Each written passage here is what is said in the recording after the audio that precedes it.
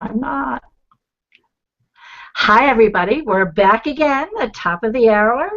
And now it is my great privilege to be able to share with you an interview, a talk, a chat between me and a colleague of mine, Dr. Pat Robey, who is an assistant professor at Governor State University, where she works in the counseling department, helping people learn to become counselors.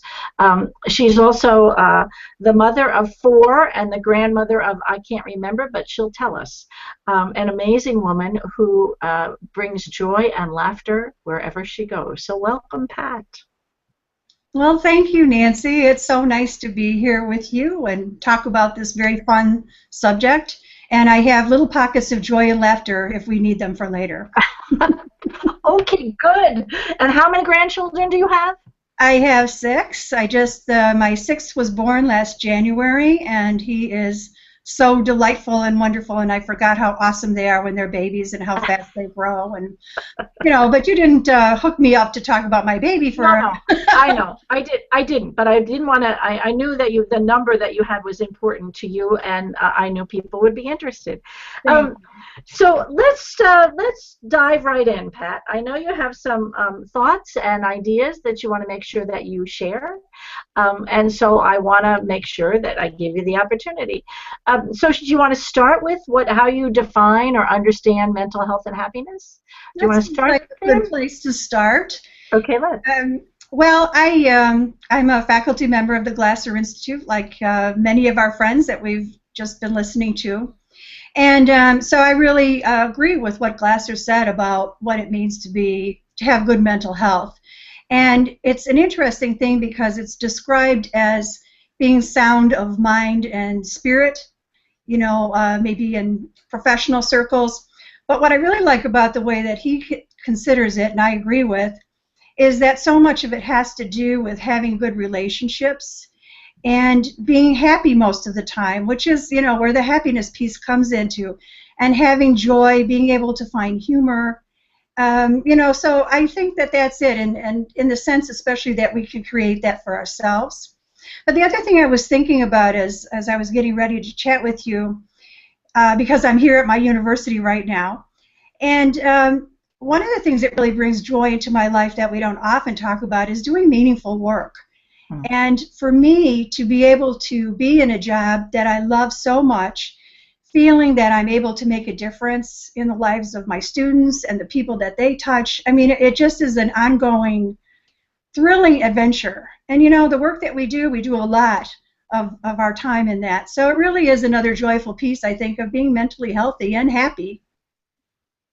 Well, so with that, let me ask you what may be a challenging question, Pat. And I no offense is meant if I offend you. Feel good about the next question about to come? No, I'm serious. I'm scared now. Well, one of the things that I've been talking to a fair number of people, specifically in Colorado, because there actually is a movement afoot to do some work about improving mental health and care. But of course they mean mental illness care in Colorado. Good place where lots of shootings are happening, so it's good that we're addressing it. So I've had the opportunity of talking to people in the field, and when I ask them, how would you define mental health, I have yet to hear a good definition. The most consistent answer I get is, that's an interesting question. And that's as far as it ever goes. So I'm wondering, is that a question that you ask these people as you're preparing them to be out in the world working as professional mental health workers? Do you ask them to think about, do you share with them your definition of mental health? Well, pretty much I tell them, because I am the guru. Right, of course. I'm just kidding, really. But that is an interesting question, and we don't spend a lot of time, or I don't, in the classes that I teach, but I am part of the clinical mental health. And as such, in the early classes, we do talk about what is mental health and what is mental illness, and we have a class that looks at the DSM. And the nice thing about counseling as a profession is that we do focus a lot on mental health and wellness, which makes counselors unique as opposed to psychologists and some other fields, you know. So kind of our philosophy is in that direction. But as far as actually talking about a definition, you're right. I even borrowed my definition from Dr. Glasser because, you know, there is no consistent. So I guess for me, I take what makes sense to me and share that, and then listen to what other people have to say as well. Sure. And the World Health Organization has a pretty good definition. It's close to Dr. Glasser's, but they kind of leave out the relationship piece. And of course, Dr. Glasser's is all about this relationship piece being the central piece. Mm-hmm. Okay, that's so interesting. So I want to invite you, encourage you to at least include part of that in your curriculum, because you know, I'm thinking, if I'm going to a mental health professional and they don't know the target they're aiming for, how in the world can we walk in that direction together? But, you know, it's kind of interesting though, because when I think about what is the target we're aiming for, our clients don't call it mental health. Right. You know, so I think that, I mean, I agree with you that that's what we would like for them, and we would like them to be happy. They're more likely to say the target is happy. Right. And so when we're working with clients, what we want to do is try and find out what makes meaning for you. Right. How do you define a good life for you? And it doesn't necessarily have to be linked with, you know, a particular definition, because all of that is so subjective. Right. That's one of the fun things about the profession, you know, is to help people to shift their focus from the problem thinking that they have when they come in to the wellness and health and happiness thinking that we hope they'll have when they're finished. Yes, absolutely. And, you know, being a good choice theory person, finding out what they want instead of telling them what they should want. Oh, what a concept. Good for you, Pat. Thank you. As one of my mentors, you can chalk that up. Good teaching on your part, right? I'll take complete credit for all of your brilliance. Talk to me a little bit about cultural differences and how you see that, how that relates to the definitions, perhaps, of happiness. Well, cultural differences, that's an interesting question.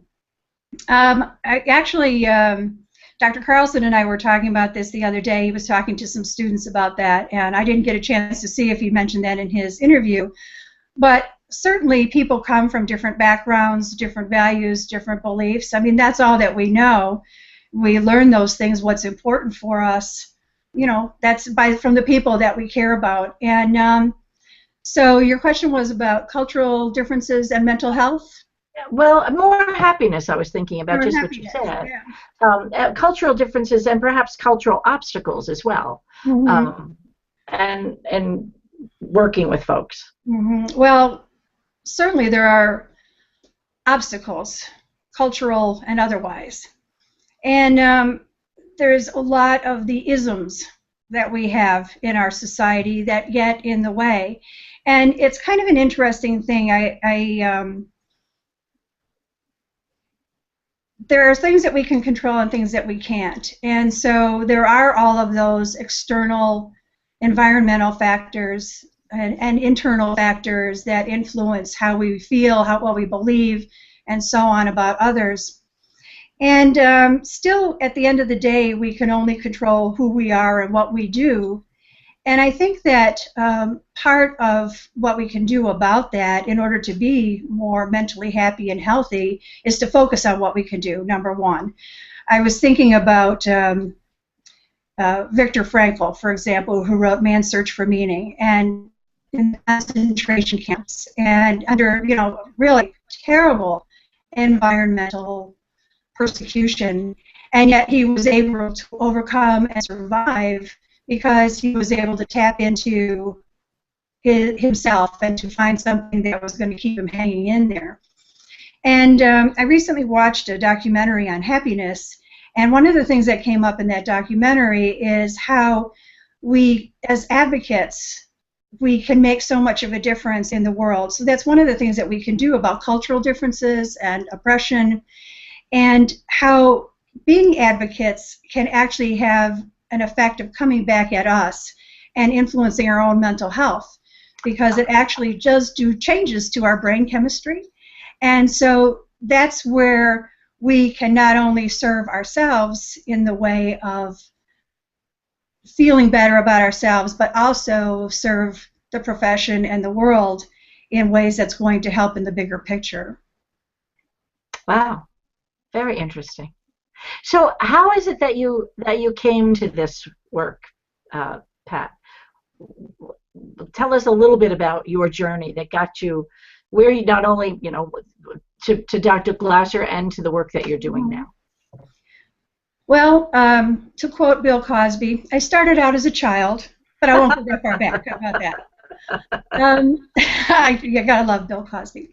Anyway, I am the mom of 4 kids, fantastic, beautiful, and wonderful kids. And my youngest son was born with some developmental delays. And as a result, we have been so blessed to have been connected to helping professionals throughout his whole life. And in particular, when he was 2 years old, there was a group for moms that was run by a social worker at the school where he was going. And she really was kind of transforming my life and the way that I perceive things, and to kind of get a handle on what I could do to help my son Brian and all my kids really to be the best that they could be. And so, like many of my students, we have stories like this, that you're touched by a person, and then for me that meant I wanted to be able to give back in the same way that she had given to me. And so I went home and I talked to my older kids, and I said, I'd like to really be able to do the kind of work that would have meaning for others. And they were volunteering at Aunt Martha's Youth Services in nearby in the Chicago area. And so I phoned there to the volunteer person, and sure enough, that weekend there was a training for volunteers. And in the way that things happened that seemed to make sense, I went to volunteer. I was introduced to choice theory and reality therapy. I met the wonderful Bernadette Mon, another of my mentors, and she helped me to kind of develop a picture about where I could go from there. And I started to go to school and for a class for personal interest, and then it went on and on from there until I'm in this wonderful counseling profession and teaching in a field that I love, to students that I love, with colleagues that I love, and Brian is doing awesome, and so are the rest of my kids, and I have 6 grandchildren, if I didn't mention that earlier. So it was part of your journey along the way that you started to become thoughtful about your own personal mental health and happiness. I'm suspecting, though, because I didn't know you when you were a child, but you and I have talked certainly about your childhood, and you were pretty mentally healthy and happy even as a child. And this one obstacle brought you to a different level of learning and meaning making, and then wanting to give in return. Do you think that's yeah? Good summary, yeah. You got it. Well, so let me ask you, do you think that there are things that people can do to improve their mental health and happiness? Oh, absolutely. This is where things start to sound simple, but they're not easy, right? Yeah, right. And so Glasser talks about the things that create a disconnect, right? And I believe that part of the problem that people have is when they experience a disconnect with themselves, okay? So going back to where I think that some of the problems start, and part of that disconnect, I believe, comes from not being able to meet the pictures that we have of ourselves, who we think that we should be, based on messages that we've gotten from people who, tell us and give us information, and people that we respect and that we admire. So, for example, I'll tell a story that I think is kind of amusing about my own process, if that's okay. Sure, great. When I was a little girl in 2nd grade, and I'm a Catholic, and this is not an indictment of Catholics, this is just my story. I was making my first communion. And so, of course, we were, being taught about being good and holy, and you also make your first confession.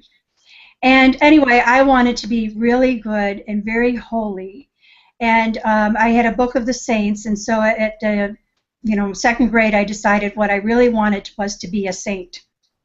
So, it sounds kind of funny now to think about it, but in my little second grade self head, I decided that that was the way I wanted to be, and I admired the nuns, and they seemed better than, the average. And so I put that picture in my mind of how I wanted to be and how I must be and how I should be.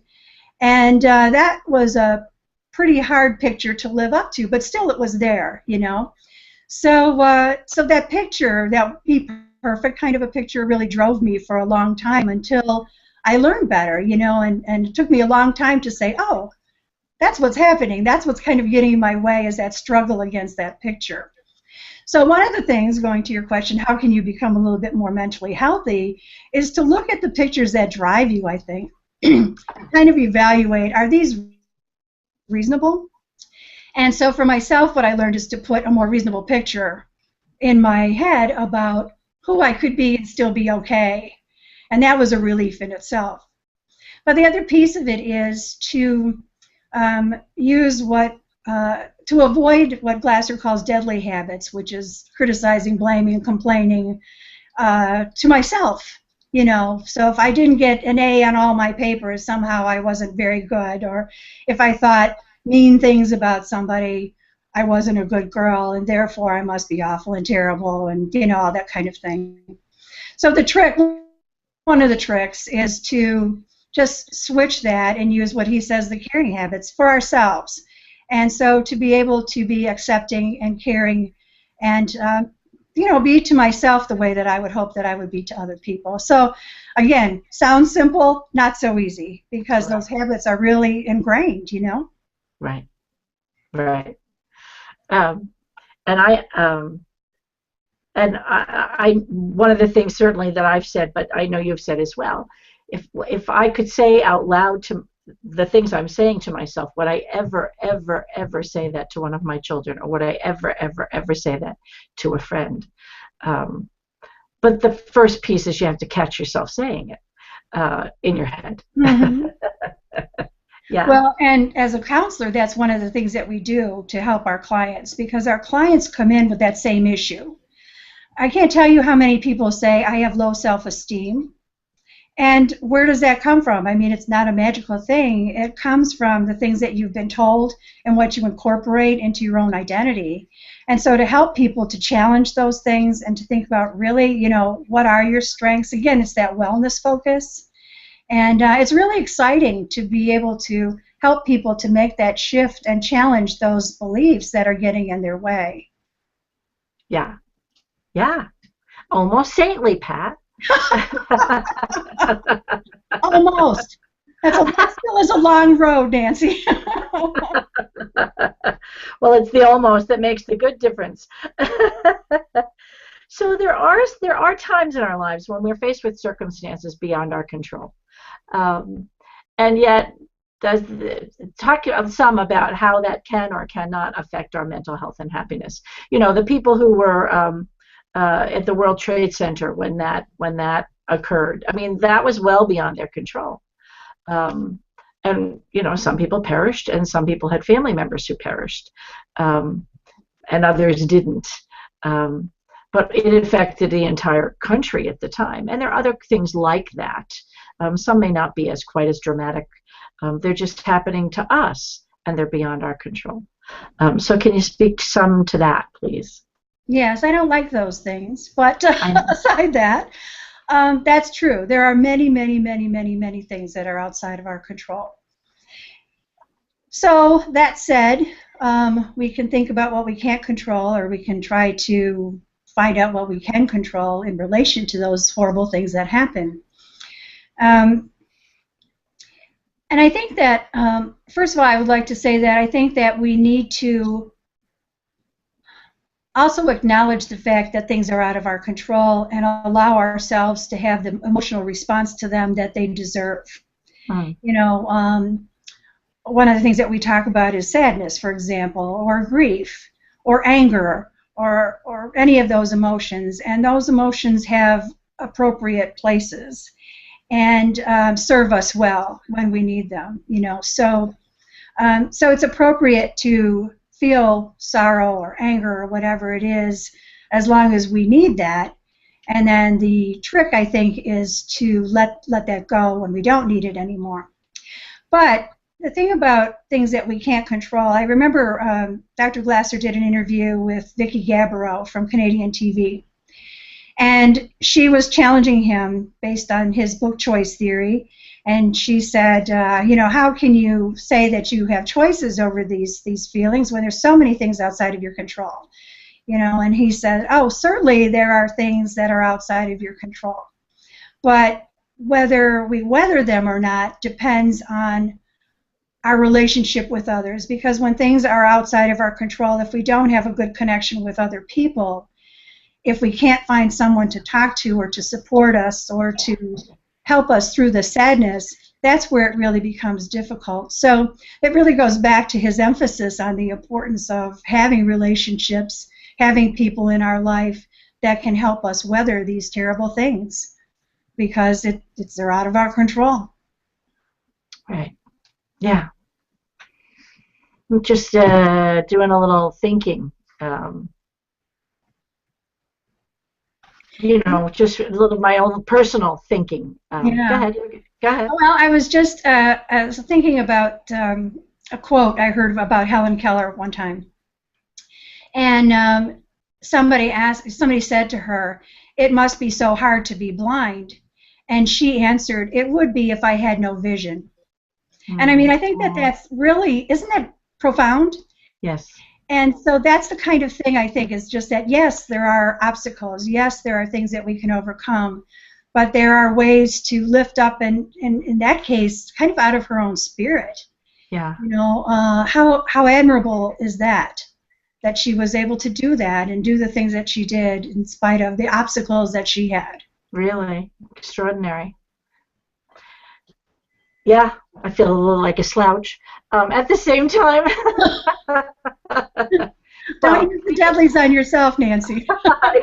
I know, and that obstacle that she turned into an opportunity. Isn't that extraordinary? Mm-hmm. Isn't that extraordinary? Pat, if you will, I know that you've been doing some work and some thinking and some teaching around the idea of loneliness. So would you talk some about that? Because I know when the presentation you did last year in Buffalo had, it was a profound significance for me attending that. So if you'd share that, I think that would be a good thing for all of us. Thanks. No, thank you. Yes, well, it goes back to the idea of relationships. And what Glasser talks about is that the difficulty that we experience in our life is basically with relationships. And he talks about these 4 positions. The one difficulty we have is when we're trying to get somebody to do what we want them to do and they don't want to, or vice versa, or we're both having that kind of disconnected relationship with each other. But the 4th difficulty in relationship really involved being the relationship with self and trying to get ourselves to do or be something that we aren't. Kind of like my saint picture, right? So trying to get myself to be that thing that I couldn't be, it's just a constant struggle. But when we hold ourselves to these ideas or beliefs or whatever that are getting in our way, it's so easy to disconnect with self. If you can't accept yourself for who you are, then you experience the ultimate isolation and disconnection, and that's where that loneliness comes in, I think. Mm-hmm. That where you feel like you can't even be happy within yourself, and if you're counting on someone else outside yourself to fill you up, that could be a long wait, right? And so actually Dr. Carlson did a book recently. I just happen to have it because I'm in my office, and I recommend it, Never Be Lonely Again. And when I read it, I was thinking, oh, this really totally makes sense. And he talks about, in that book, about making that connection with the self, and I believe also by changing pictures and so on. But he takes it a step further and talks about how we connect with ourselves when we're allowing ourselves to connect with others, to allow ourselves to be trusting And to be accepting of ourselves, I think, is the main thing. Is to be, you know what, I'm okay. I'm okay the way that I am. And once you allow that, it's the first step in healing that disconnect and that loneliness that you feel when nothing quite fits for you. Mm-hmm. Mm-hmm. Mm-hmm. I know for me personally, it's still a process. At the same time, it really hit when I moved from the East Coast, where I'd lived all of my life, and moved to Colorado, where my kids were. And I was a happy mother, and I was a happy mother-in-law, and I was a happy grandmother, and I was lonely. Mm-hmm. Luckily, many of my friends never lived on the East Coast with me. Oh, hello, Dr. Pat Robey, can I talk to you on the phone? That there is the capacity to connect with some significant friends. And it was really hard. Mm-hmm. And part of it was I could connect with me, but I needed also some Yeah. validation that I was worth connecting with.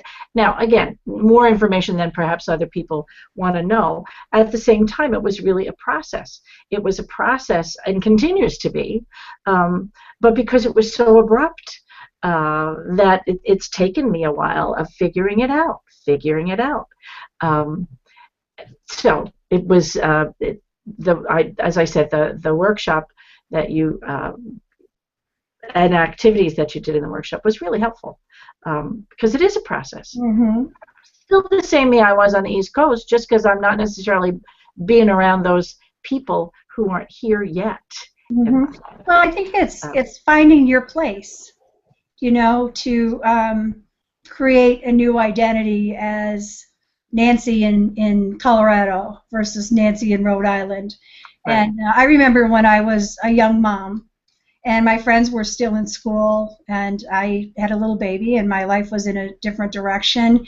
And so I had to find a new set of friends, you know, and friends are hard because friends usually already are in packs.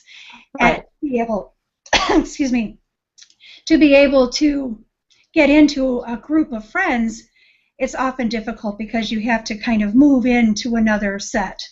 And it took me a long time, and the other part of it was, at that time, I'm just really remembering about how I didn't have a sense of what I had to offer, even, you know, where that's like, well, what do I bring to the table? Why would anyone like me? And, you know, a lot of that was youth, you know, because Sure. I was just a teenager and just trying to struggle to figure out who the heck I was. Right. You know, so it's an interesting process and kind of difficult. But I do see that people often disconnect from each other because they're having that difficulty. Yes. Yes. A couple of people. Well, Dave Betts was one who was talking about the difficulty he was having within himself and saw a friend and didn't want to connect. And that was one of the early messages he was receiving about, maybe things are not as wonderful as I thought. Mm. Yeah, that would be an eye-opening experience. Yeah, definitely. I've been remiss in not doing this in my previous interview, so I want to do it now. I want to make sure to tell our audience out there that if they have any questions they want Dr. Robey to address, please email questions with an S, plural, questions at mentalhealthandhappiness.com. And I'll be happy to receive the questions and ask Pat to address your questions. At this point, Pat, what would you say that you know, as you're thinking about the work that you do, the world as it presently is, the influences that you have, what would you say that you think are some of the bigger obstacles that we're facing right now, in terms of looking at mental health and happiness? You know, what? Let me give you an easy question. And this is like one of the game shows. I'm going to pass and I'll come back, right? So what's the question, Nancy? What you consider, you know, you face a lot of folks who are working in this field and trying to get better in this field. And what do you think the biggest obstacles are for them, and or the people in the world who are struggling to try to figure it out? Who are struggling to try and figure out mental health, And or yes, and happiness okay. and themselves.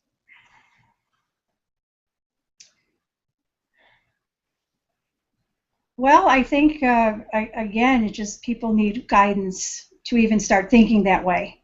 So the struggle begins with thinking differently. You know, the struggle is about thinking about the things that are painful. And I actually think I heard you talking about this in a previous interview, the idea of the painful perception, and about how we're programmed. You know, that we notice the things that aren't working, and that's part of survival. You know, if we can't notice that, we're in trouble. So people tend to notice what's wrong, and that focus on painful perceptions and feeling out of control is what kind of keeps us stuck.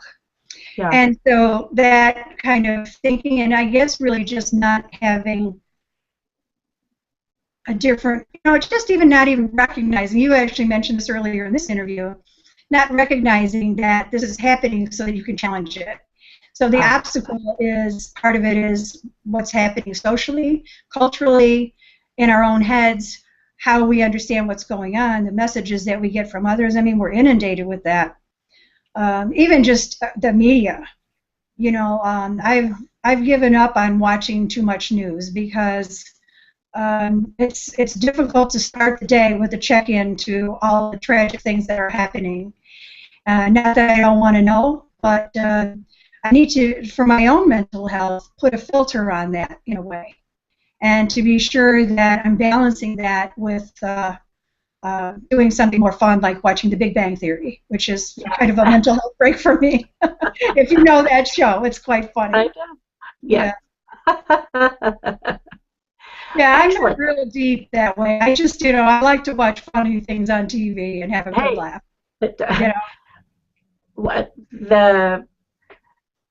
there's no judgment here. Thank you. If I thought you and our audience would judge me, I probably wouldn't have said that. So. That's right. Okay, good.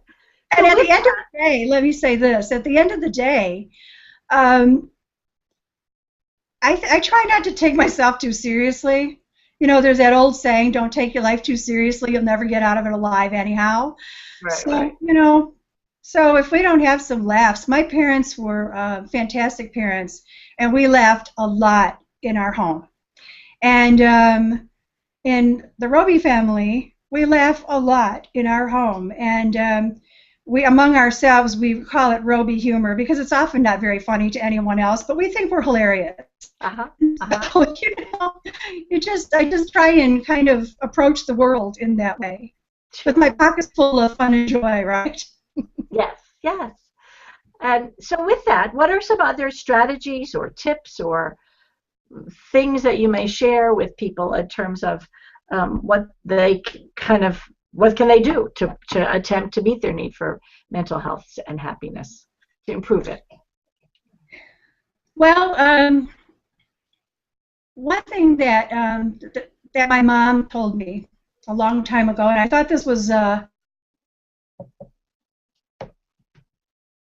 she said, tick one talk at a time. So I'll say that again, tick one talk at a time. And I thought, wow, you know, that really is kind of a profound thing to say, because it is about be here now, right? And this moment is what we have. And so make the most of now, because we can't change the past. We don't know what's going to happen in the future, obviously. Not that we don't plan for it. But if we spend too much time outside of where we are now, you know, we lose the now. So I owe that one to my mom. Nice. And I think the other thing is accept yourself. You know, be okay with who you are, and each moment gives us a chance to choose happiness or to choose misery. And I know that language can be kind of off-putting, that choosing misery or choosing happiness. And I'm not meaning to say again that that's an easy thing to do, but I think we can teach ourselves to be aware of how we're thinking and see what direction you might want to go in. Also, I think that there's a lot of resources out there that can help to move toward mental health. And so I'm going to do some more shameless plugs, okay? So I'm going to say if you want to be go toward mental health in your relationships, I want to show off this great book, Secrets of Happy Couples. Glasser's book, Take Charge of Your Life, which is an old book that's been rewritten recently. Something familiar you might recognize, Peaceful Parenting, if you want to have good relationships with your kids. And this book is a set of directions for putting and keeping yourself together, which is really a nice little workbook that I give to my students, and they actually use with their clients.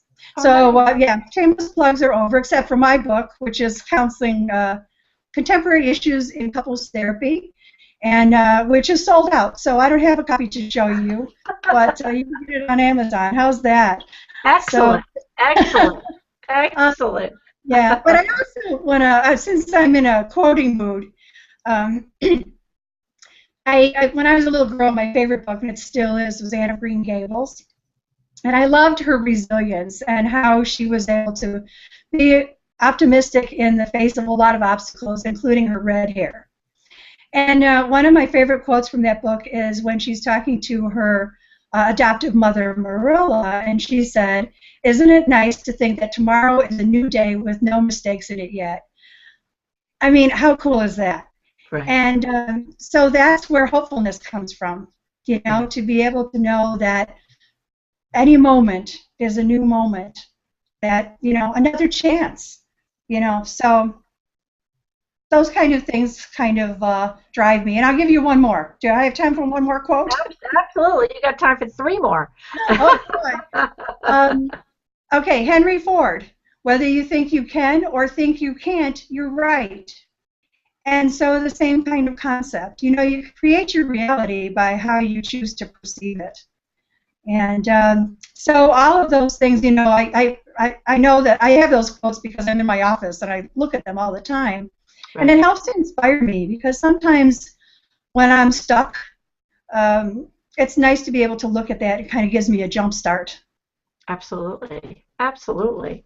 And it is so cool. I mean, you know, again, one of the things that I did say earlier today, and I'm going to repeat it again now, one of my worries / concerns, which of course is not being in this tick in this talk, and that is that people may misperceive mental health and happiness. Is it too much fluff? Is it, oh, it's so simple, all you have to do is, you know, read a quote and now you're just, you know, sky high, or you know, go for a walk in nature and now you come back refreshed and ready to overcome whatever obstacle. And of course, if it was only that simple, we wouldn't have a website, Mental Health and Happiness. We wouldn't do the work that we do. It's the quote that says, okay, I'm going to try again this moment and face this particular challenge.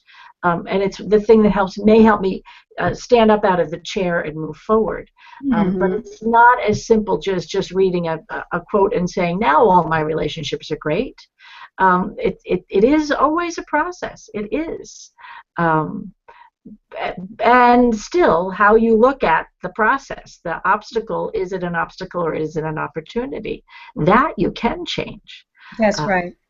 And you know, again, I'm not meaning to imply that any of this is easy. Oh, I know. We're talking about things you can do.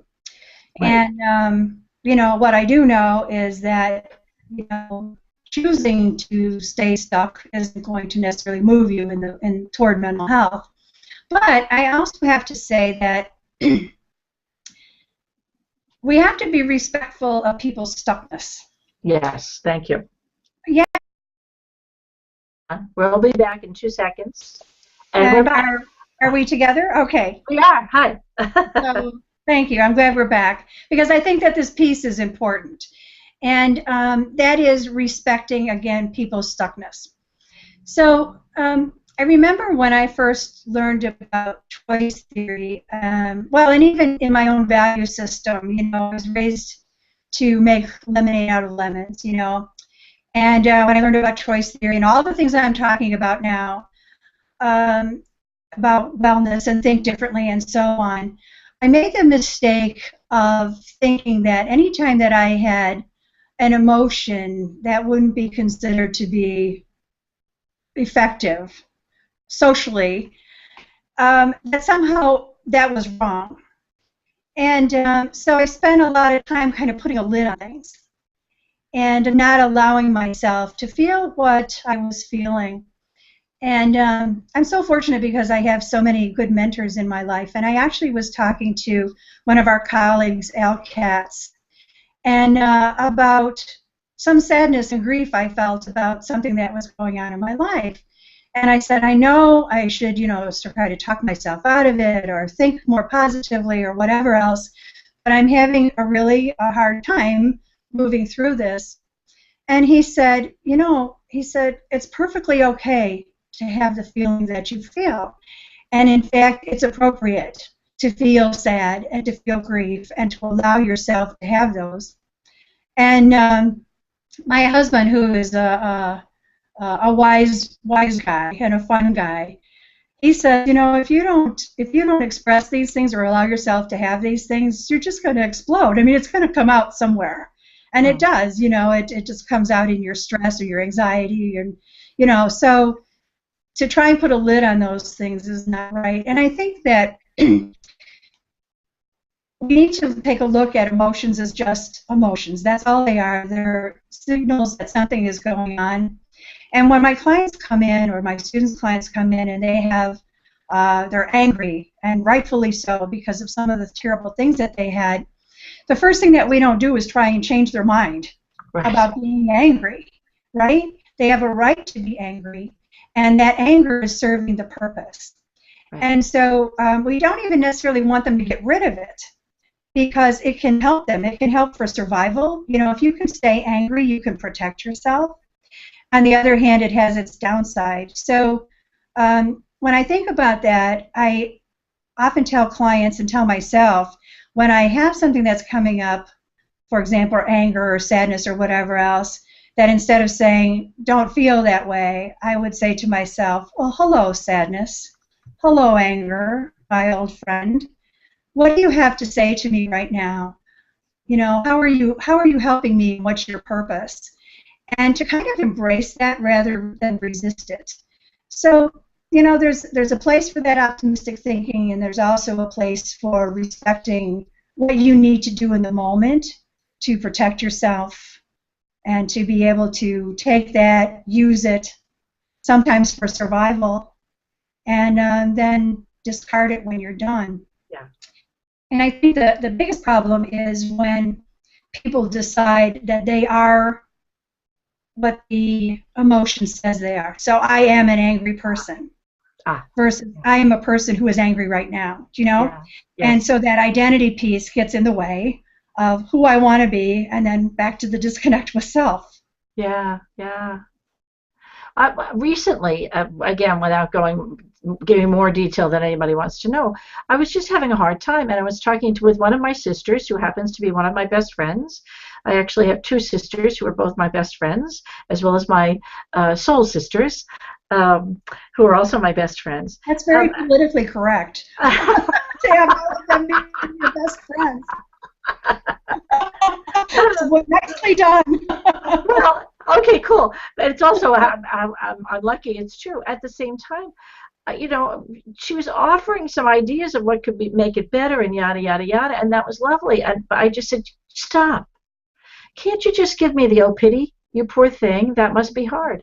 I don't need it forever. I just need somebody to hear that this is really hard for me right now. Mm-hmm. I mean, I gave her the instruction, and this is one of the reasons it makes her my best friend. She followed the instruction well, and she didn't just say it, she really meant it. It's just taking a pause to say, yep, that hurts. You know, when a ton of bricks falls on your foot, it hurts. We'll fix it. We'll do what we can to make sure your foot isn't under something that will look like a ton of bricks. We'll bandage it. But yeah, ow, that hurts. That's really all I know. Yeah. I want it. I think it's really important. I think that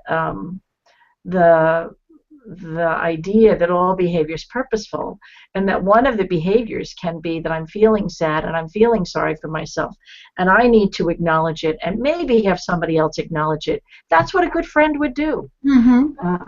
So do it for ourselves instead of running away. Yeah, be your own best friend. Yes, that's right. And just for it doesn't, doesn't, if I do that, then okay, I'm ready to move on now. The pity party doesn't have to be a week long. Just needed to be that moment. So yeah, I think that's a really important piece. The strength of choice theory and reality therapy is that it is helping us make clear choices about how to move in a more effective direction. And we also get to have a moment when we mourn the moments that we didn't make those choices. So good. Thanks for that, Pat. That's a biggie. We are moving towards the end, so there's a couple of things I want to make sure that I give you an opportunity for, and that is for folks who want to be in touch with you. How can people get connected? How can people find your book? How can people who want to find out more about you, how can they do that? Well, they can find my book, Contemporary Issues in Couples Counseling, on Amazon.com. Even though it's a practitioner book, it still has some really interesting chapters about how people relate to one another. And as far as getting in contact with me, the best way is through my personal email, patrobey@gmail.com. And I get a lot of emails because I have good relationships and lots of people want to talk to me online. But, so if I don't answer you right away, try me again.